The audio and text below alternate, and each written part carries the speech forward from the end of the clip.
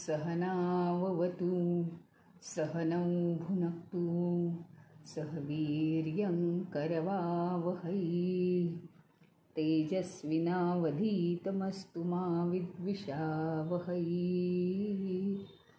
ॐ शान्ति शान्ति शान्तिः।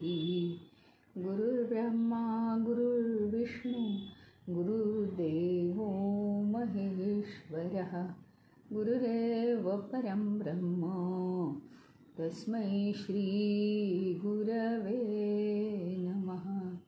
ॐ पार्थाय प्रतिबोधितां भगवतां नारायणेन स्वयं व्यासेन ग्रथितां पुराणमुनिना मध्ये महाभारतम् अद्वैतामृतवर्षिणीं भगवतीम् अष्टादशाध्यायिनीम् अम्ब त्वामनुसन्दधामि भगवद्गीते भवद्वेषिणीं।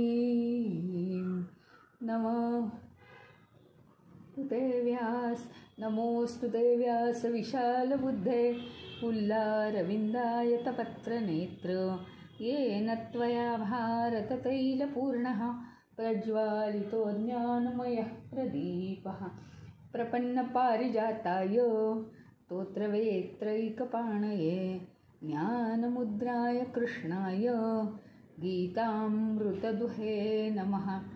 सर्वोपनिषदो गावो दुग्धा गोपालनन्दनः पार्थो वत्ससुधीर्भोक्ता दुग्धं गीतामृतं महत्।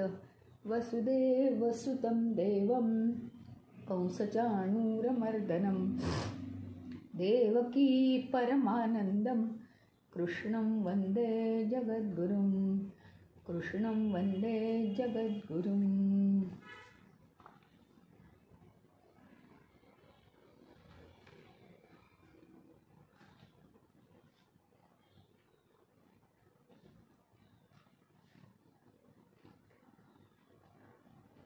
आता कर्मांबद्दल गोष्टी चालल्या आहेत. कर्मापासून मुक्तता होते की नाही. आपण इथपर्यंत शिकलो की वासनांमधून कर्म निर्माण होतात. कंटिन्युअसली अहंकार रहित आणि भगवंताला समर्पित अशी कर्म करत गेलं नियम पाळून तर काय होईल. हळूहळू कर्मात तर कुशलता येईल, विकास जोरात होईल मानवाचा. देह मन बुद्धी इंद्रियांचा विकास जोरात होईल. अहंकाराला दूर ठेवण्याची पण त्याला सवय होईल. कौशल्यपूर्ण बनेलच तो व्यावहारिक जगामध्ये. परंतु एक अशी मेंटॅलिटी तयार होईल आपली, मानसिकता ज्याला म्हणतात, की फक्त कर्मापुरतंच सगळं करायचं आहे. आपल्याला जी नित्यकर्म येतात किंवा कर्तव्य कर्म येतात, नियतकर्म येतात डोळ्यासमोर, तेवढीच करायची आहेत आणि बाकीची करायची नाही आहेत. म्हणूनच ही नियतकर्म इतकी लागली आहेत आपल्या पाठीशी की आपल्याला जास्तीचं दुसरं काही करायला वेळच नसतो. तर एवढ्याचसाठी जास्तीचं दुसरं आम्ही काही करू नाही ही भगवंताची इच्छा आहे. म्हणजे मोहात पडू नये. आम्ही इथे मोहात पडण्यासाठी नाही आलो. आम्ही इथे आमच्या स्वविकासासाठी आलो आहे. स्वविकासाचा मार्ग शेवटी चैतन्याला जाऊन भिडतो. आम्हाला आमचं खरंच चैतन्यक स्वरूप, चैतन्यिक म्हणजे चैतन्यपूर्ण आम्ही आहोत हे आमचं स्वरूप आम्हाला समजतं, जाणलं जातं, अनुभवलं जातं आमच्याकडनं. मग आता हे चाललेलं आहे. मग त्याच्यात त्यांनी काय सांगितलं होतं आधीच्या श्लोकात, की शेवटी अशी कर्म करून करून वासनांचा क्षय होतो. ज्या कर्मांपासून ज्या वासनांपासून जी कर्म रचली गेली आहेत, म्हणजे ती निर्माण झाली आहेत, ती कर्म केल्यानंतर भगवंताच्या नियमात बसून ती कर्म केल्यानंतर काय होतं की त्या वासनांचा क्षय होतो. परंतु नवीन वासना, या मानसिकतेमुळे नवीन वासना आता निर्माणच होत नाहीत. नवीन वासना निर्माण होत नाहीत. म्हणजे जीवन संपलं का? भीती वाटू देऊ नका. म्हणजे जीवन नाही संपलं. आपल्याला अजून आत्ताशी भौतिकतेचाच पेपर आपण दिला, म्हणजे व्यक्तिगत जीवनाचा पेपर दिलेला आहे विकासासाठी. अजून विकास व्हायचा आहे. व्यक्तिगत जेव्हा आपली सगळी कर्म संपतील तेव्हा समष्टी कर्म सुरू होतील. समष्टी कर्म ही वासना रहित असतात बरं का. समष्टी कर्म ही वासना रहित असतात. गीतेचा प्रसार करणं वासना रहित आहे. कुठली आली वासना? काही नाही त्याला. तर तिथपर्यंत जर आपल्याला पोहोचायचं असेल, म्हणजे अजून पुढचं राहिलंय बरंच. म्हणजे जीवन काही संपत नाही. तुम्ही काही घाबरू नका. वैराग्य काही निर्माण होत नाही. संन्यासासारखं आपण काही वागत नाही. वगवी वस्त्र काही नेसत नाही. त्यामुळे ती काळजी करू नका. दणादण याच्यात उड्या मारा. आध्यात्मिक रसात उड्या मारा तुम्ही आणि पोहायला शिका. त्याच्यामुळे आता त्यांनी सांगितलंय की काय होतं, जुन्या वासना आपल्या संपतात. म्हणजे जुन्या वासनांपासून मुक्त होतो आपण. त्या विरघळून जातात वासना. आता काय होतं, नवीन वासना तयार होत नाहीत. म्हणजे थोडंसं ओझं सगळं कमी झालंय. पण अजून काही वासना शिल्लक आहेत बरं का आपल्या वैयक्तिक जीवनाच्या.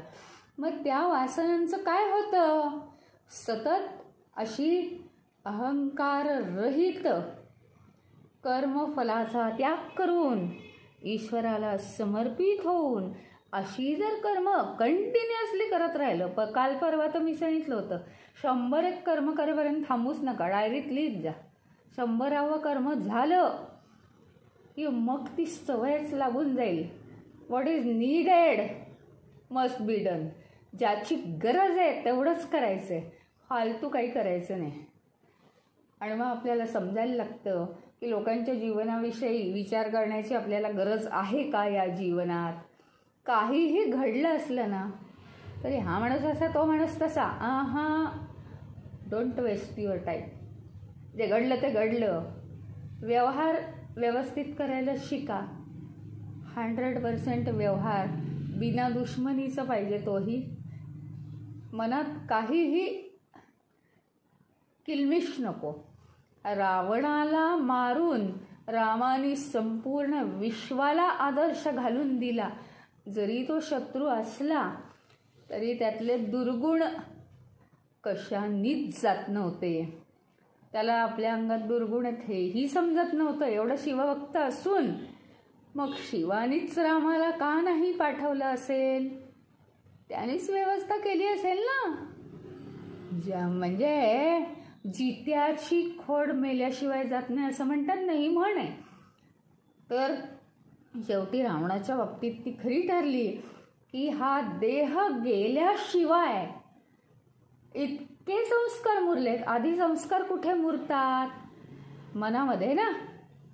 इंद्रियातून ते मनामध्ये जातात आणि ते संस्कार वाईट होत होत होत होत त्याच्यावर जर कंट्रोल आयुष्यात केला नाही. इतका सुंदर तो शिवाची पूजा करणारा रावण, शिवाची मानसपूजा, शिवाचा जपतप, शिवाची साधना करणारा आणि शिवाकडून त्यांनी हे मिळवलेला वर, इथपर्यंत साधना तुम्ही आम्ही मिळवू शकतो का आज?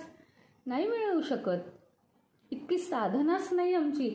इतका पोहोचलेला मनुष्य जर आपल्या दुर्गुणांवर नियंत्रण नाही ठेवू शकला आणि मागे फिरून जर विचार करू नाही शकला, कारण तो राक्षस गणातलाच होता ना, राक्षसी होता तो, राक्षसच होता तो.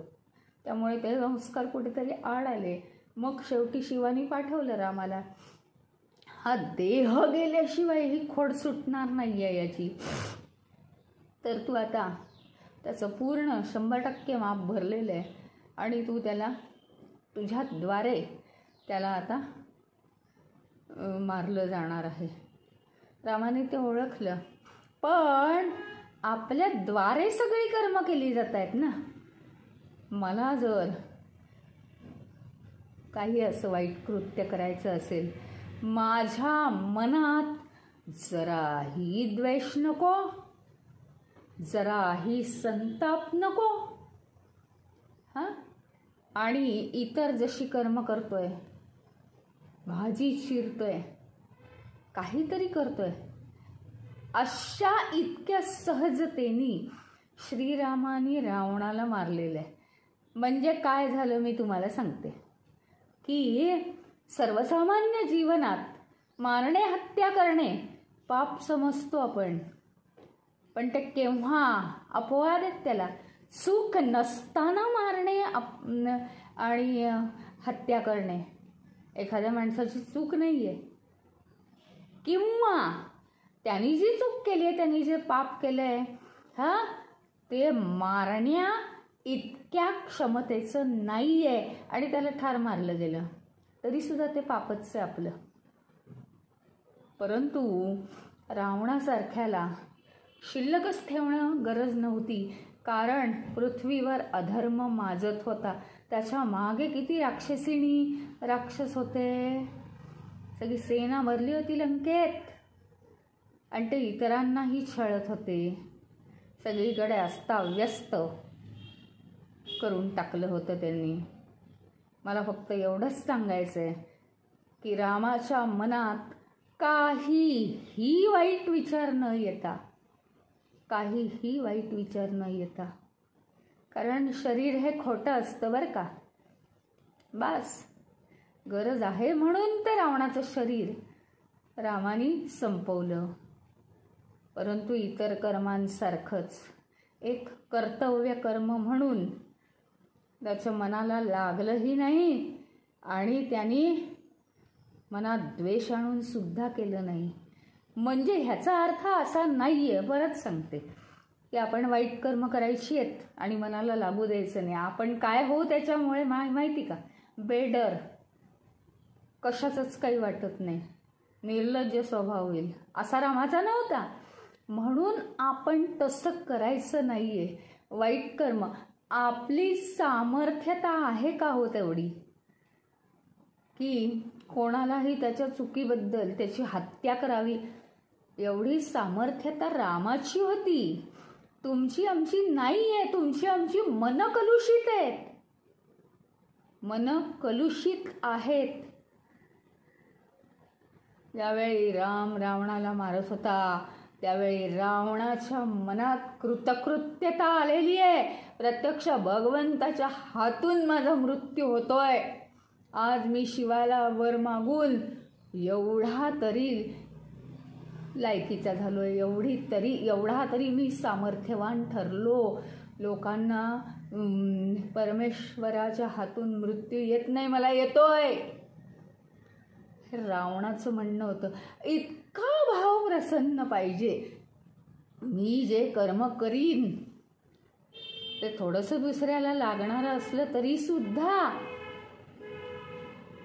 सुद्धा त्याच्या मनात भाव पाहिजे की हा माझं कल्याण करण्यासाठी असं करतोय. ठीक आहे, मला चालेल. इतकं ते छान, म्हणजे मनात थोडासाही वाईट भाव नको. एवढं सामर्थ्य येईपर्यंत आम्ही नाही असली कृत्य करू शकणार.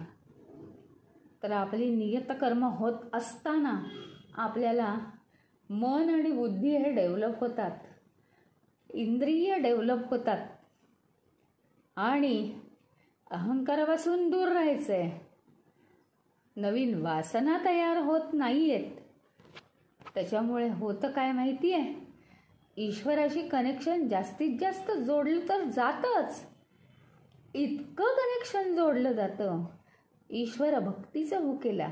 तुम्ही थोडी भक्ती करून बघा, तो हातच सोडत नाही आपला. आणि सगळ्या जीवनाचं कल्याण करून टाकतो. म्हणजे काय होतं माहिती आहे का? आता ज्या थोड्याफार वासना शिल्लक आहेत त्या वासना विरघळून जातात आणि याला म्हणतात नैष्कर्म्य सिद्धी. नैष्कर्म्य सिद्धी म्हणजे कार्य आपल्यातून घडली तरी आपल्याला कळतच नाही. कारण देहाने भोगण्याची कर्म ही संपलेली असतात. आता जी कार्य होत आहेत, आता परवा आपण पाहिलं काही जणांनी की जे हे संत लोक, स्वामी लोक कार्य करतात, केवळ आणि केवळ लोकांसाठी कार्य करतात. एकही मिनिट त्यांचं स्वतःच्या जीवनासाठी जात नाही. कारण आता वैयक्तिक जीवन त्याच्याकडे लक्ष द्यायची त्यांना गरज वाटत नाही. पण मग त्याच्यातही काळजी वाटण्याची गरज नाही आहे. या शरीर मनाचाच मी काळजी घेत राहिलो तर मी समाजाचं काम कधी करणार? मग त्यांचं दुर्लक्ष होतं तर परमेश्वराचं पूर्ण लक्ष असतं. तर बाकीचे लोक स्वामीजीच बनून तिथे त्यांची सेवा करतात. त्यांना वेळच्या वेळी औषधं, वेळच्या वेळी त्यांना पाहिजे तसं त्यांचं खाणं पिणं, कमी तिखट, कमी मीठ, हलकं फुलकं, त्यांना जे जे चालतं, ठराविक गोष्टी ते खातही नाहीत. कारण मेडिटेशन सकाळी पहाटे, परत लेक्चर्स, परत लोकांना भेटणं आणि मिशनच्या प्रत्येक सेंटरच्या मीटिंग्स, जी जी लोक येतात त्यांच्या मीटिंग्स घेऊन ती सेंटर्स पुढे पुढे नेणं, तिथून त्यांचे मेसेज येणं, सगळं सांभाळतात. आणि तरीही देहाशी काही संबंधच नसल्यामुळे ते फ्रेश राहतात, लोकांना भेटून आनंदित होतात. कारण देहबुद्धी कमी होते हळूहळू. देहाचे हाल होत नाहीत. तिथले सर्व लोक त्यांची वेगवेगळ्या प्रकारे काळजी घेतात. इतके वाजलेत, चला स्वामीजी जेवायला, इतके वाजलेत, चला ब्रेकफास्ट, इतके वाजलेत, औषध घेऊन टाका, असं सतत चालू असतं. सतत त्या त्या वेळेला त्यांची सगळी काळजी घेतली जाते. पाणी त्यांना कशा प्रकारे लागतं, म्हणजे हा जो देह आहे ह्याची काळजी घ्यायची तिथपर्यंत घ्यायची आणि ॲटोमॅटिक मग बाकीचे घेतात. बस आपल्याला काही करावं लागत नाही. फक्त त्या त्या गोष्टींचं सामर्थ्य आपण आणलं पाहिजे.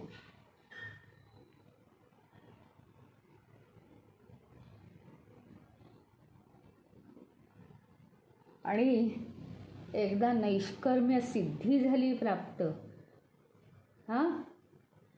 जनाबाई म्हणायची ना, माझ्या घरी विठोबानी पाणी भरलं. अरे म्हणजे मी एवढं पाणी भरलं, काहीच कष्ट नाही झाले, कसं काय सगळं हे पाणी भरलं गेलं? म्हटलं ना मी की तिने प्रत्येक ह्याच्यावरचं हे पाहिलं, प्रत्येक भांड्यावरचं झाकण काढून पाहिलं. अरे हेही भरलेलं, कधी भरलं? मी तर नाही भरलं बाबा, परमेश्वराने भरलं. त्याचं नाव घेण्यामध्ये ती इतकी सामील झाली होती, म्हणजे इतकी मग्न झाली होती की तिला कळलंही नाही तिने कधी पाणी भरलं. मग ती म्हणते ईश्वराने पाणी भरलं माझ्या घरी. म्हणजे सगळी कामं आपण प्लॅन न करता सहज होऊन पण जातात. आणि मग हे सगळं कसं घडतं? आणि हे सगळं घडलं की आपण कुठल्या कामाच्या, कुठल्या संबंध जोडण्याच्या कसल्याच तंद्रीत आपण न राहिल्यामुळे आपण आनंद घेऊ शकतोय, अनुभव घेऊ शकतोय. आणि त्या अनुभवाचा चैतन्याच्या अनुभवाचा आपण आनंद घेऊ शकतोय. आणि म्हणून अशी नैष्कर्म्याची सिद्धी प्राप्त झालेला, म्हणजे कर्म करतोय तरी ते जाणलंही जात नाही स्वतःकडनं, अशी सिद्धी प्राप्त झालेला हळूहळू पूर्णत्वाला जातो. आणि तीच ज्ञानाची परम अवस्था आहे. तो ते कसं मिळवतो हे अर्जुना तू आता माझ्याकडून ऐक.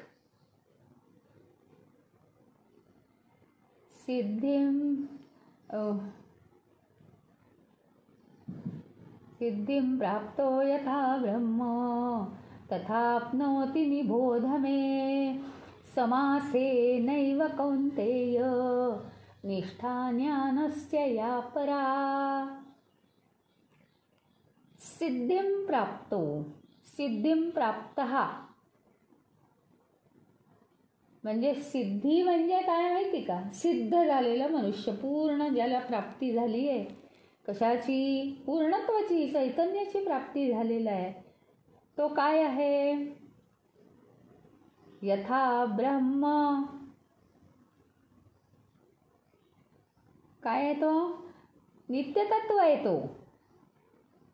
हां,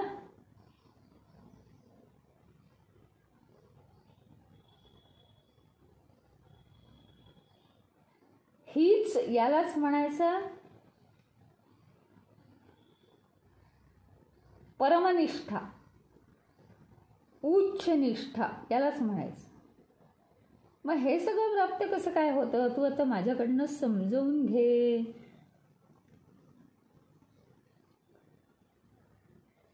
सगळ्या आपल्या ज्या चुकीच्या प्रवृत्ती असतात त्याच्यापासून आपण अलग कसे होतो, चुकीच्या मार्गापासून आपण दूर कसे होतो, कशी शांती आणि स्वास्थ्य लाभतं आपल्याला, हे सगळं तू समजावून घे असं ते अर्जुनाला सांगत आहेत. भ्रम भ्रम भ्रम आयुष्यभर चालतो. हे करू का ते करू, हे झालं का ते झालं, मी केलं की नाही केलं, हा जो भ्रम आहे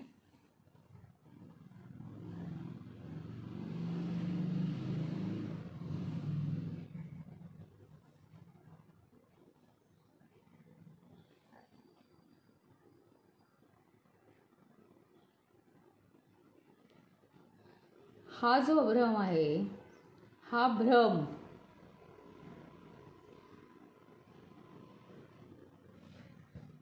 सगळा नाहीसा होतो. अवस्थाच फार छान येते, कुठल्याही गोष्टीबद्दल भ्रम राहत नाही.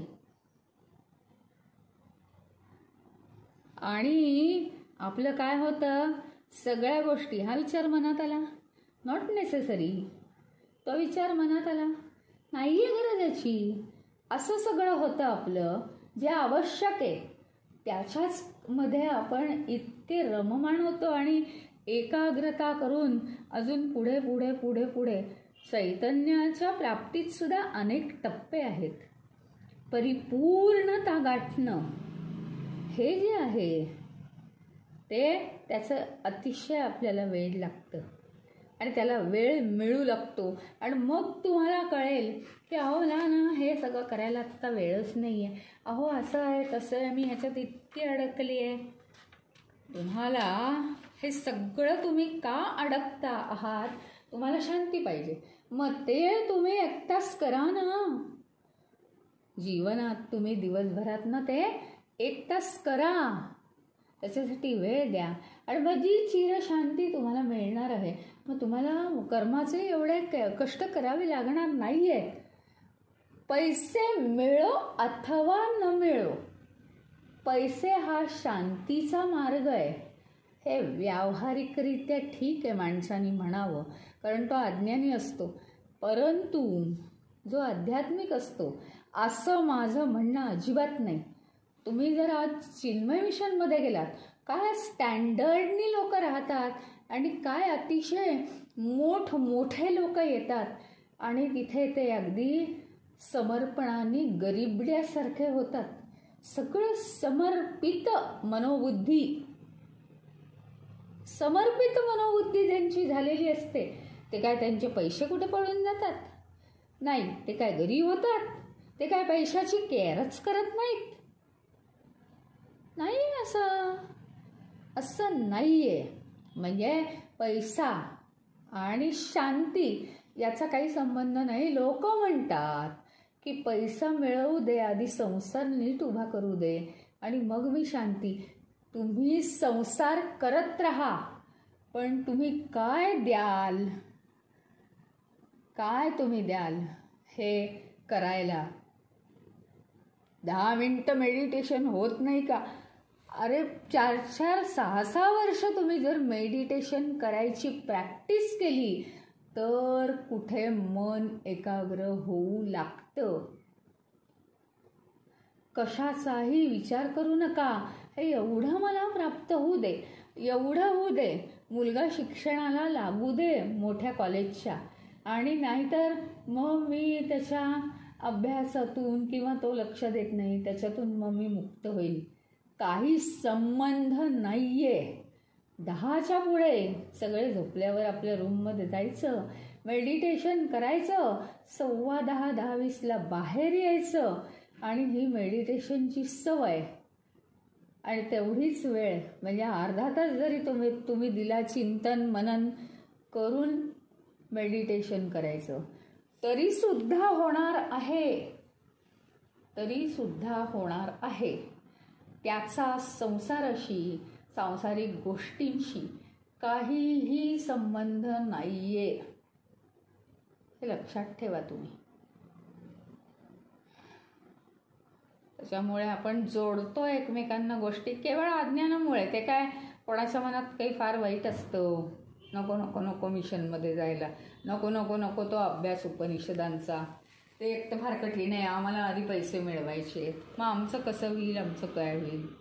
पैसे मिळवायच्या वेळात तुम्ही काहीच करू नका ना. पण तुम्ही 10-15 मिनटं मेडिटेशन केलं किंवा 10 मिनटं तुम्ही मनन चिंतन केलं, कोणत्या लेवलला आहात ते ठरवा आणि करत जा. तर आज गीतेसारखा एका श्लोकावर मी रोज मेडिटेशन करीन तरी चालेल. त्याचा अर्थ, त्यातले शब्द, त्याचं डिक्शनरी मिनिंग पाहावं, हे करावं, ते करावं, आणि हे असं का दिलंय. आपल्याला आता तर डोळ्यासमोर श्लोक आला की त्यातली सूत्र कळून जातात. मला तर आता एक काम खूप मोठं करायचं आहे की गीतेतली सगळी एखादा चरण, दुसरा चरण, हे फक्त छोटे छोटे 4 चरणांपैकी हे जे छोटे छोटे भाग आहेत, तर हे सूत्र म्हणून जीवनात वापरायचे.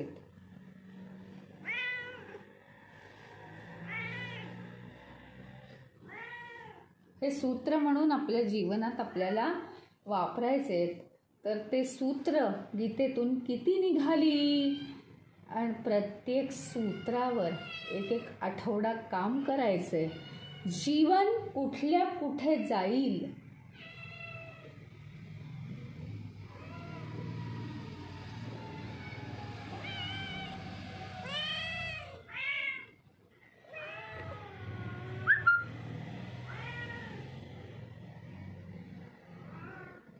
कुठल्या कुठे पोहोचू आपण.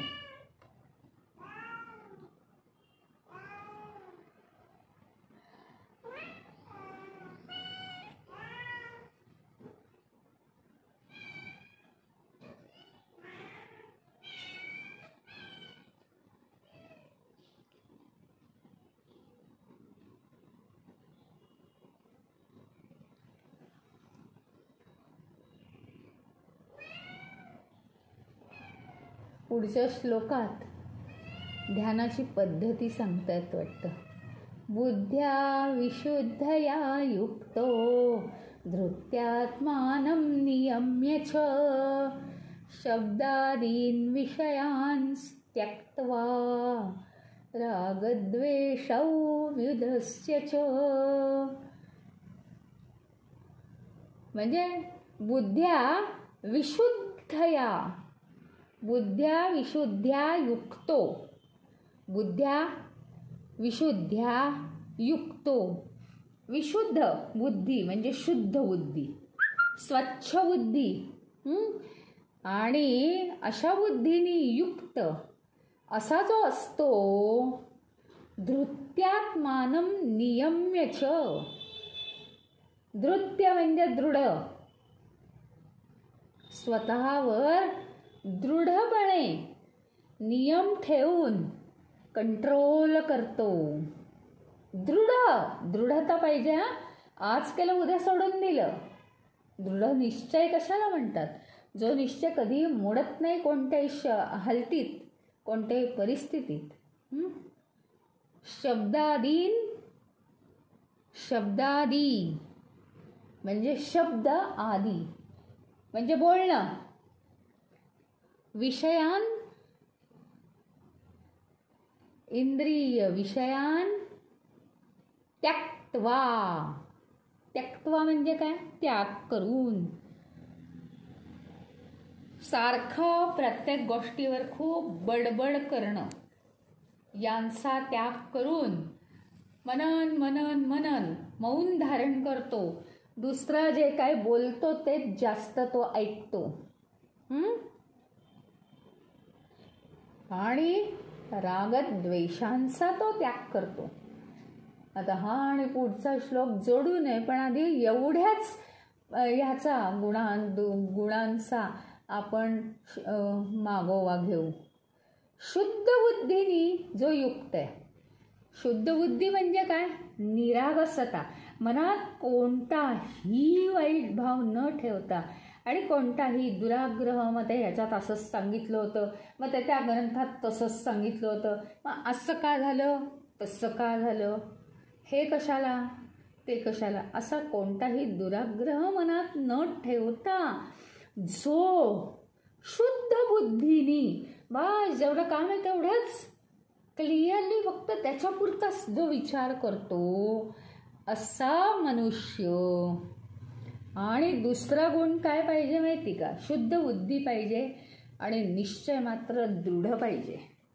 निश्चय दृढ म्हणजे काय? निश्चय दृढ म्हणजे काय की एकदा जे ठरवलं ते ठरवलं. मी आता ठरवलंय. अगदी जरी खूप काम एकदम नाही होऊ शकलं, एकच श्लोक आज घ्यायचा आणि त्यातली जितकी सूत्र आहेत तेवढी काढायची. त्या सूत्रांपैकी एकेका विषयावर 8 दिवस एक सूत्रावर आपण काम करायचं आणि ते अनुभव आपल्या गाठीशी ठेवायचे.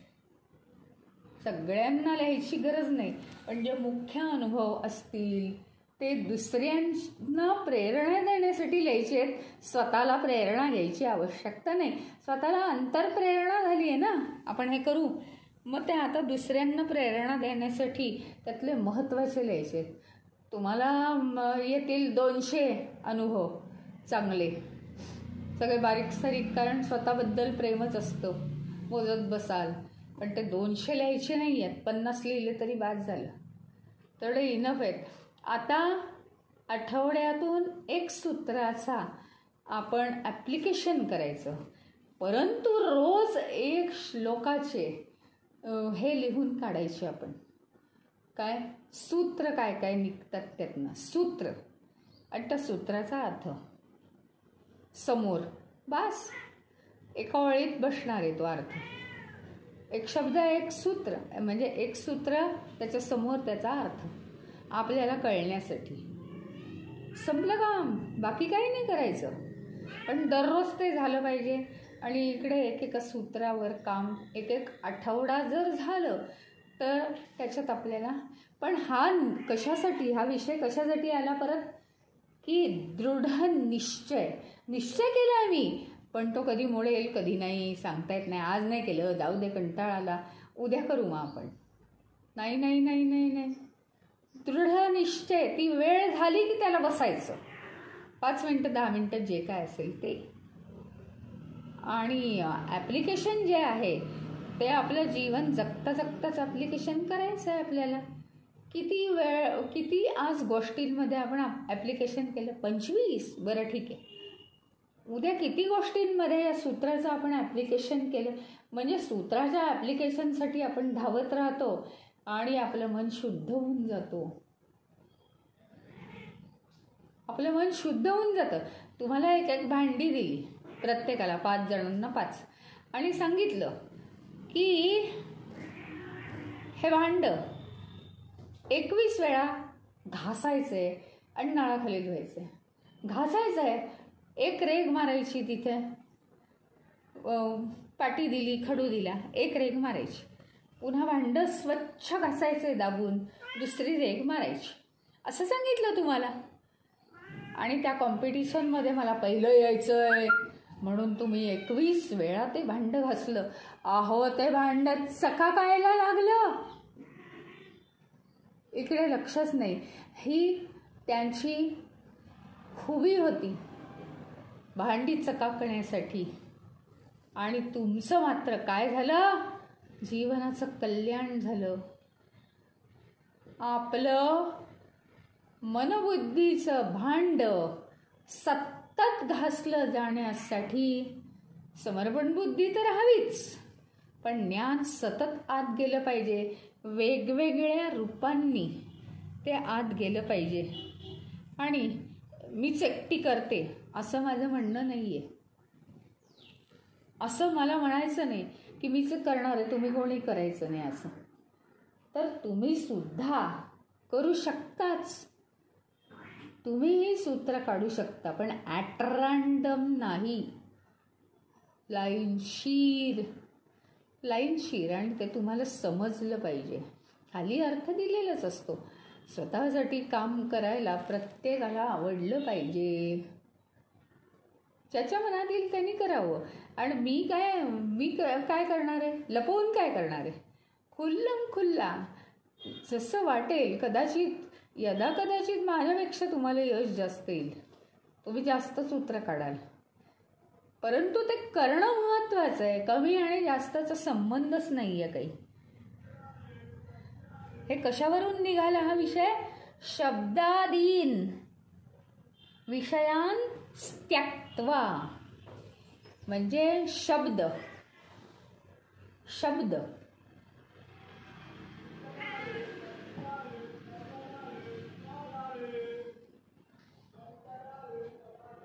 जास्तीत जास्त बडबड, आपलं सांगणं, एक्सप्लेनेशन, आपलं मोठेपणाने सांगत राहणं, हे सगळं, आणि नको ते सगळे विषय जीवनातले हे त्याग करून किंवा त्यांना त्या विषयांना जिथल्या तिथे थांबवून जो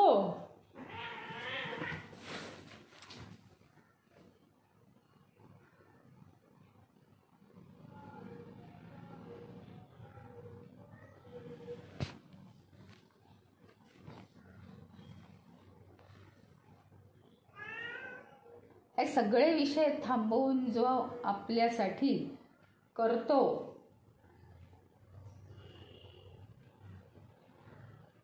स्वतःच्या कल्याणासाठी करतो. विषय सुरू झाला मनात विचारायला पाहिजे, हा विषय उपयोगाचा आहे का मला? होऊन गेलेलं किंवा पुढे होणारं काहीतरी कटकट मनात आली असेल, नाही आत्ता जे काय करायचं आहे ते आधी करू, मग बाकीचं नंतर करू ना. आपण बाकीचं नंतर करत बसू.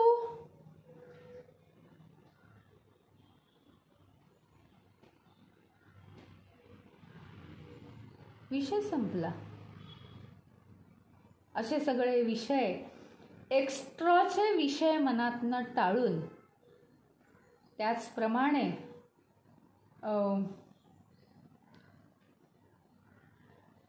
शब्द, वाणी जरा कमी वापरून, जो मौनातच जातो जवळ, शांत होतो, ज्याला कसल्याही विषयांची जास्त आस नाहीये, असंच जीवनात काहीतरी करू शकतो.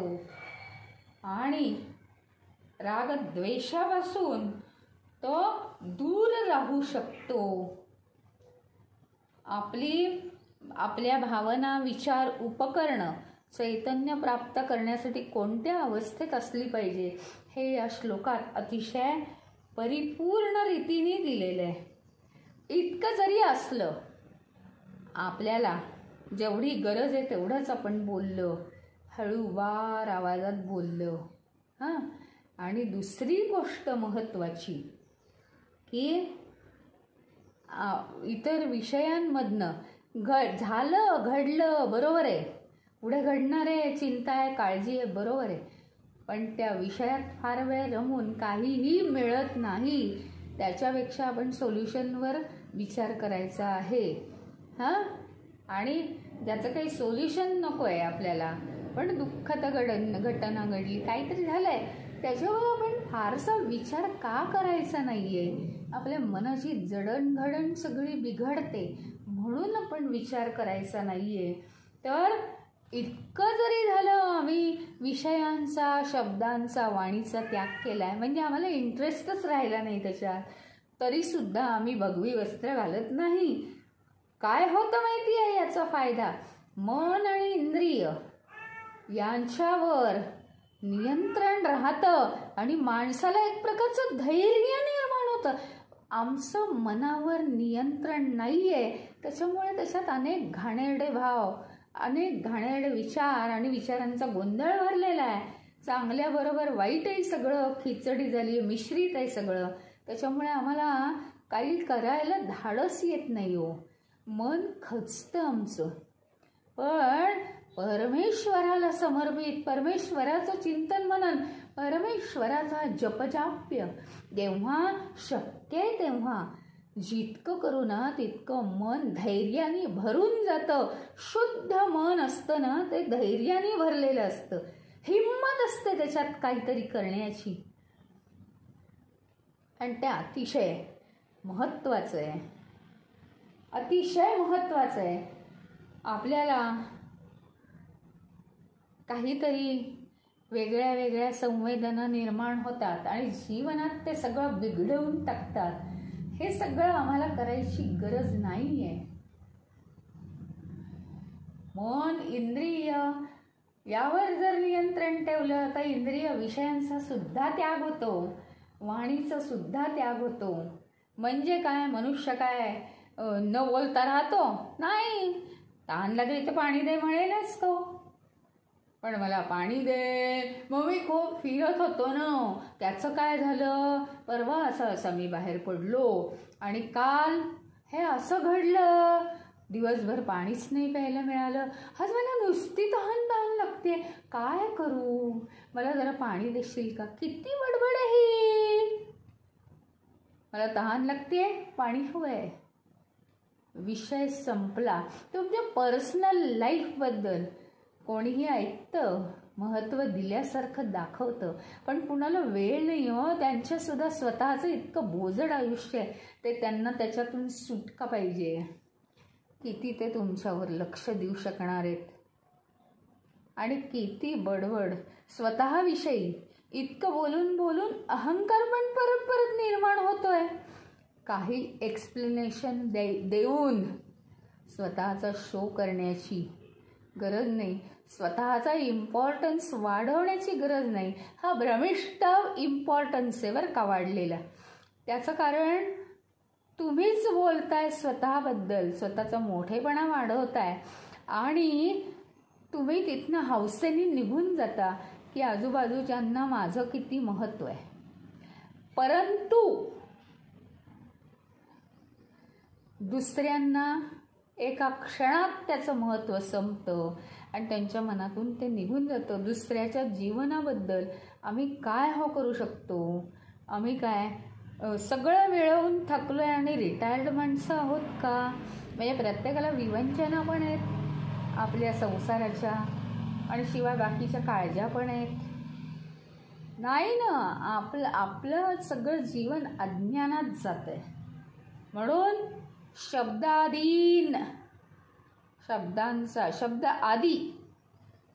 आदी गोष्टींचा त्याग केला जातो.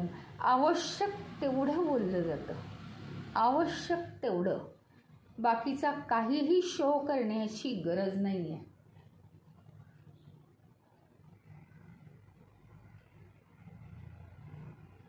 एकच ईश्वराविषयीची एकच संवेदना फक्त सखोलतेने गेली पाहिजे. मग शेवटी भगवंत सांगतात या 4 गोष्टी असल्या पाहिजे. त्याला ध्यान करता म्हणायचं. तोच खरं ध्यान करतो. बाकीचे सगळे ध्यान होऊन बसतात ध्यान करता करता. ज्यांची बुद्धी बाह्य विचारांपासून खूप दूर झाली आहे, ज्यांचं मन आणि इंद्रिय हे काय झालेले आहेत, अगदी शुद्ध पवित्र आणि त्या बुद्धीच्या नियंत्रणाखाली आहेत. बुद्धी सांगेल तसंच वागतात. झोप आली आहे पण मला उद्याचं काम केलंच पाहिजे असं बुद्धी सांगते आणि त्याप्रमाणे इंद्रिय आणि मन वागतं. एक छोटंसं उदाहरण दिलं. आणि इंद्रियांचे जे विषय आहेत त्याच्याशी इंद्रिय जोडली जातच नाहीत. त्यांच्यासाठी ज्याच्या मनाने कशाची तरी खूप आवड आणि खूप नावड म्हणजे त्या विषयांच्या मागे मागे जाणं आहे, हे ज्याचं संपलेलं आहे त्यालाच यशस्वी ध्यान करता म्हणतात. इथं आपला आज 51वा श्लोक संपत आहे आणि पुढे याच विचाराला जोडून 52वा श्लोक असणार आहे. कारण हे यशस्वी ध्यानकर्त्याला लागणारे जे गुण आहेत ते 51-52 मध्ये कंटिन्युअसली दिलेले आहेत. 52वा श्लोक सविस्तर सांगितला आहे. तो आता आपण सोमवारी बघणार आहोत, उद्या क्लास नाही.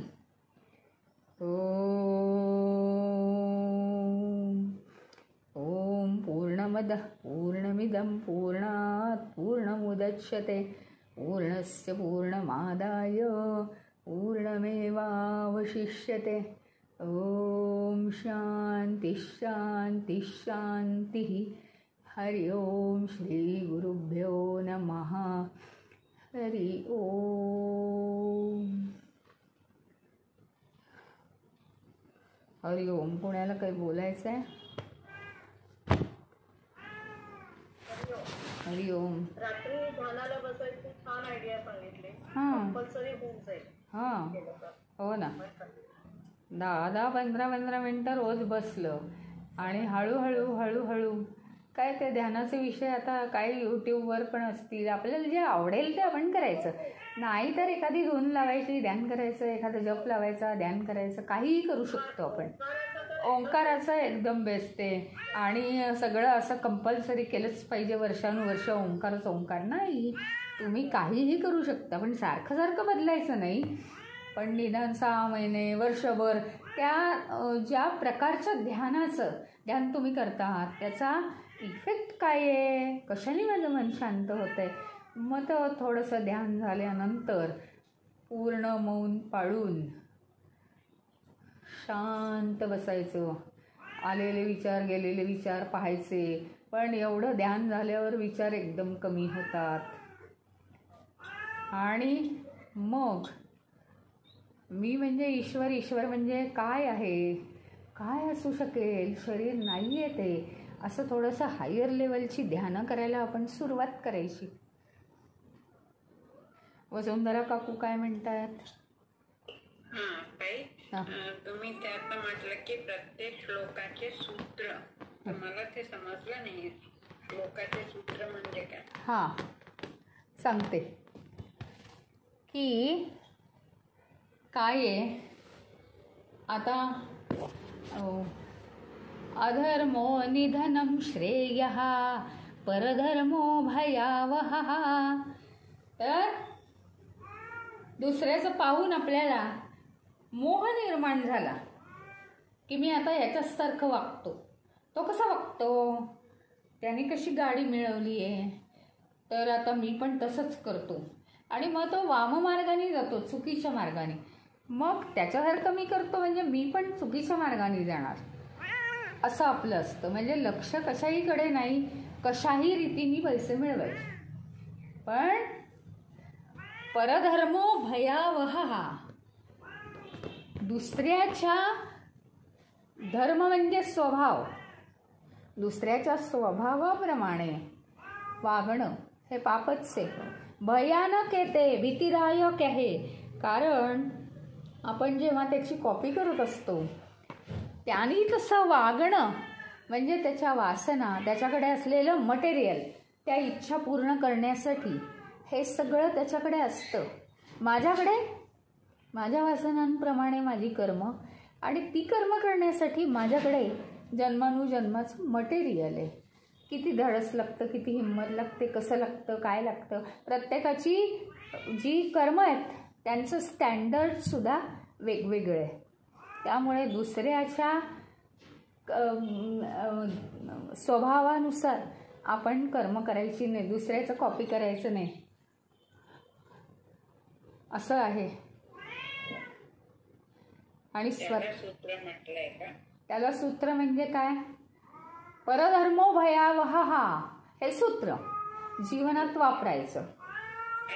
हा, एक कुठला तरी ते घेऊन चरण घ्यायचा, एक कुठला तरी चरण घ्यायचा. 4 चरण आहेत एका श्लोकात, पण रँडम नाही, तर लाईनशीर पहिला अध्याय, पहिला श्लोक, मग दुसरा श्लोक, आणि कधी का होईना पुढच्या जन्मी झालं पूर्ण तरी चालेल, आपण ते नाही बघायचं. फक्त त्या चरणावर, आज पहिल्या श्लोकात एक चरण, एक सूत्र निघालं का 2 सूत्र निघाले ते बघायचं. ती सूत्र लिहून ठेवायची आहेत दररोज एका श्लोकाची एका वहीत, आणि आठवड्यावर एका सूत्रावर काम करायचं आहे आपण. इतकं ते पक्क झालं बाया. मी दुसऱ्याप्रमाणे वागणार नाहीये, मी फक्त स्वतःप्रमाणे